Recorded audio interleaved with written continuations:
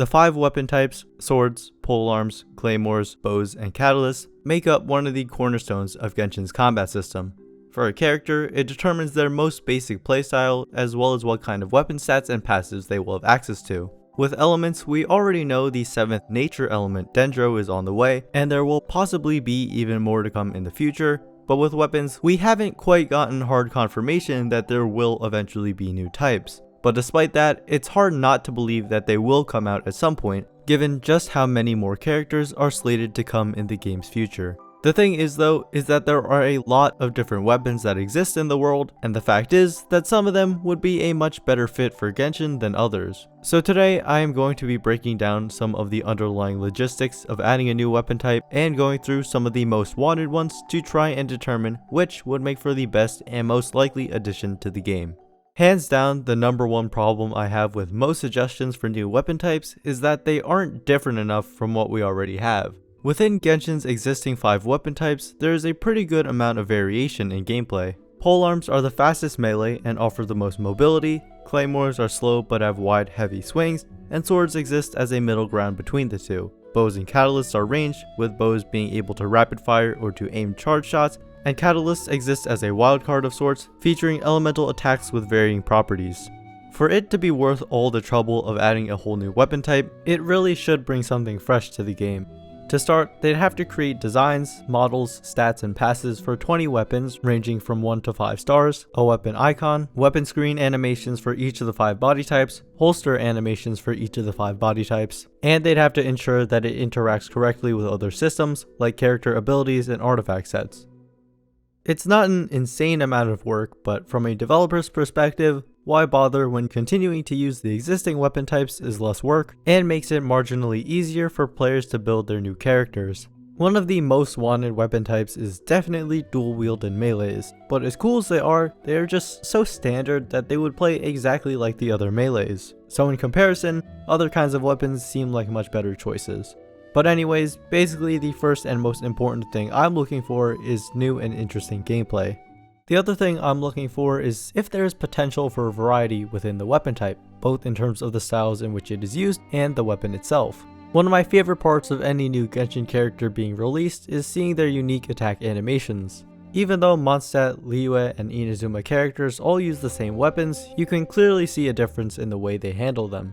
Admittedly, even weapons that are used in straightforward ways can seem to have varied usage based on the way the user moves, but it definitely helps if there is a wide range of cultures to take inspiration from, especially since weapon types are meant to be used by characters across all the diverse regions of Teyvat. On the other hand, there's also visual variety to consider. How far can you push the look of a weapon while still keeping its weapon type easily identifiable?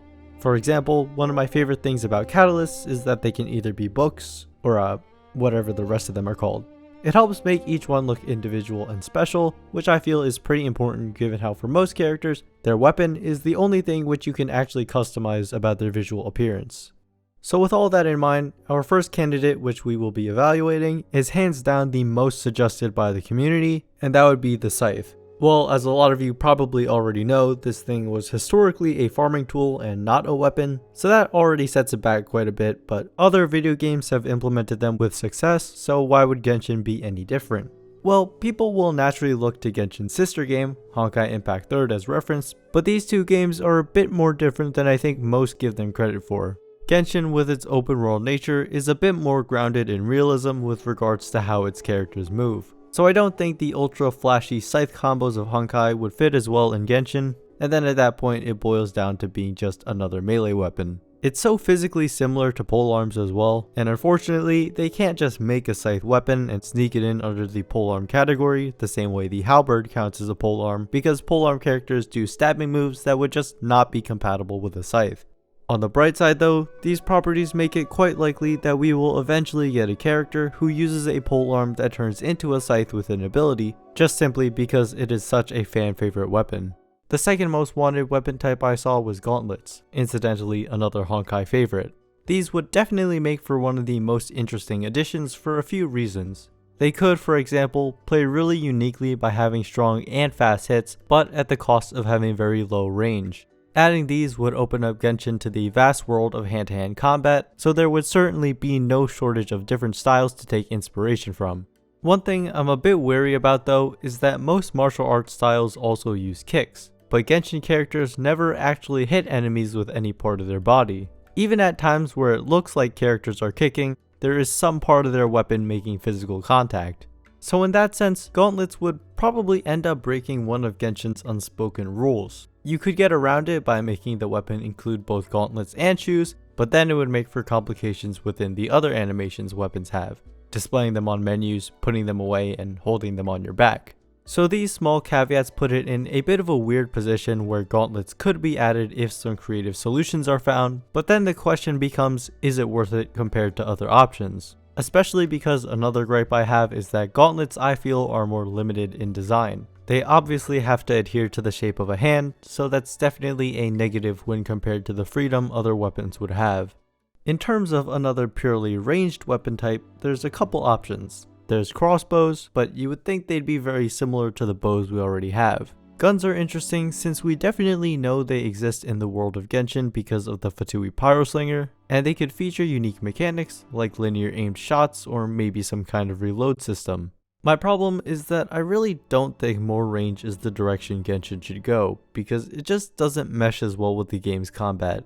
Either your range is effective enough to the point where the game isn't interactive because enemies can't possibly touch you, or enemies can dash, teleport, and shoot projectiles at you to make your range advantage feel irrelevant. So that's why I'm gonna have to pass on these two options. Given all the weapons I've talked about thus far, there really is only one broad archetype left to talk about, and that is a hybrid of melee and ranged weapons. Hands down, I think one of these would make for the best new weapon type because they are relatively basic, but would still be interesting by bridging the gap between the game's existing melee and ranged weapons. So for this category, we have three solid choices: throwable axes or hammers, chakrams, and chain whips. Axes would make for an interesting contrast, having the shortest melee range in the game but also being able to be thrown through a group of enemies. At the same time though, I can't help but feel they'd still end up feeling rather plain. Chakrams, on the other hand, which are these throwable metal rings, are really cool but also extremely niche. So that just leaves my final weapon type suggestion, the one that I genuinely think would overall make for the best addition to Genshin Impact, the chain whip.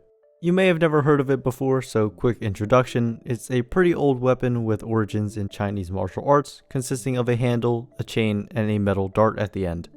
It's not the most practical weapon to use in real life because an unskilled user can easily hurt themselves, but thankfully in the world of video games that doesn't really apply.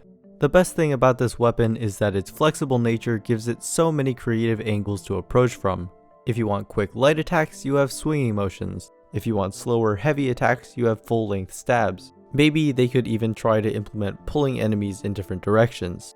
Genshin characters are pretty notorious for throwing an extra flair that isn't necessarily practical but is really cool looking, and if you take inspiration from the rope dart, you have some of the sickest, flashiest moves in existence. In terms of visual variety, you could have all different kinds of ropes or chains, and the bit at the end can be a wide range of things. Namely a spiked ball, which gives it a more medieval European vibe, probably because of the similarity to the flail. There's also regular whips, but I'm a bit iffy on including it since the motion of using one is a bit different. All in all though, the chained rope weapon category is hands down my favorite because of its sheer potential in both gameplay and aesthetics. Because we are still getting by just fine on our 5 existing weapon types, I do think it'll be quite a while before it's decided that it's worth the time and effort to make another one. But when it does eventually happen, I'll be hoping for chain whips, but we'll be fine with anything as long as it's cool.